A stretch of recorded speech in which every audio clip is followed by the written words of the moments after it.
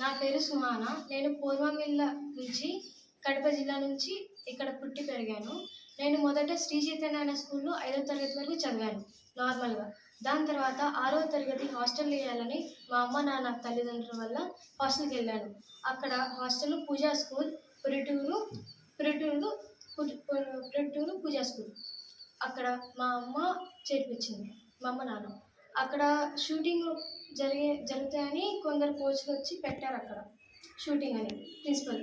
దానివల్ల నేను కూడా అక్కడికి వెళ్ళాలి, నేర్చుకోవాలనే ఆశతో మా అమ్మని అడిగాను. అడిగితే సరే నీ ఇష్టం అని. నీ ఇష్టం అని తల్లిదండ్రులు అన్నారు. దాని తర్వాత అక్కడికి వెళ్ళి అక్కడి నుంచి నేను ఫస్ట్ ఆడింది డిస్ట్రిక్ట్ పొలిటూరు క్లబ్లో, ఇక్కడ విజయవాడ క్లబ్లో, పొలిటూరు క్లబ్లో, అక్కడ జార్జ్ క్లబ్లో ఆడాను. దాని తర్వాత నా ఫస్ట్ స్టేట్ మీట్ వచ్చేసి హెచ్డిఎఫ్ రాజమండ్రి. మొదటిలోనే బ్రాంజ్ మెడల్ కొట్టి డిసెంబర్ 31 రాత్రిన బ్రాంజ్ మెడల్ వచ్చిందని అన్నారు వాళ్ళు. అక్కడంటే దాని తర్వాత నేషనల్కి సెలెక్ట్ అయ్యాను. నేషనల్స్ ఢిల్లీలో ఆడాను.